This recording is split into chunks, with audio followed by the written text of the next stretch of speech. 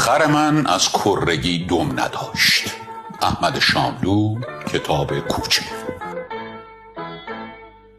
مردی خری دید که در گل گیر کرده بود و صاحب خر از بیرون کشیدن آن خسته شده بود. برای کمک کردن دم خر را گرفت و زور زد. دم خر از جای کنده شد. فریاد از صاحب خر برخاست که تاوان بده.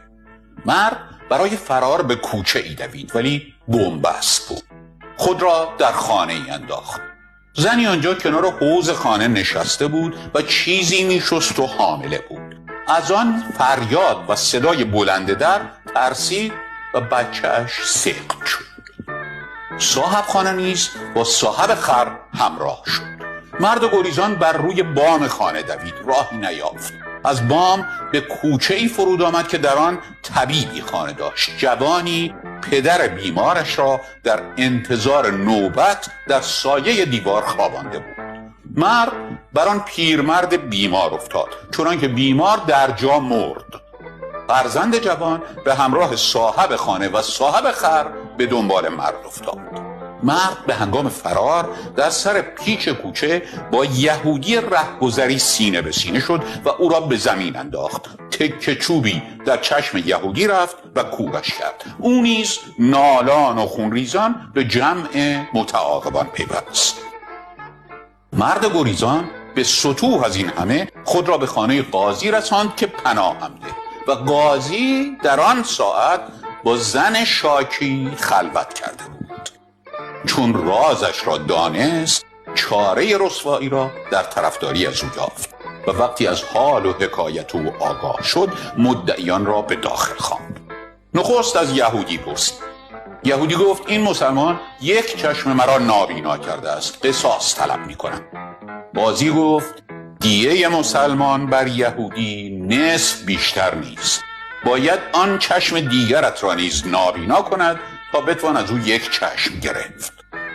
وقتی یهودی سود خود را در انصراف از شکایت دید به 50 دینار جریمه محکوم شد. جوان پدر مرده را پیش خواند. گفت این پیرمرد از بام بلند بر پدر بیمار من افتاده و هلاکش کرده است. به طلب قصاص او آمدم.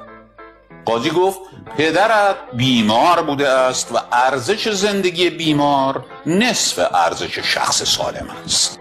حکم عادلانه این است که پدر او را زیر همان دیوار بخوابانی و تو بر او فرود آیی به طوری که 1/2 جانش را بگیری.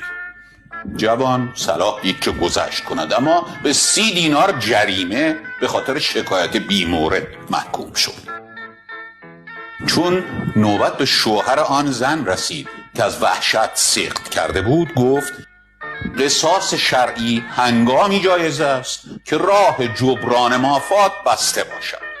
حال میتوان آن زن را به حلال در عقد ازدواج این مرد درآورد تا کودک از دست رفته را جبران کند.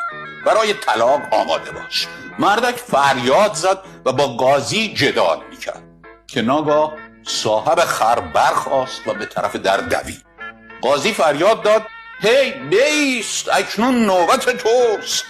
صاحب خر همچنان که میدوید فریاد زد من شکایتی ندارم، میروم مردانی بیاورم که شهادت دهند خر من از کرگی دم نداشت.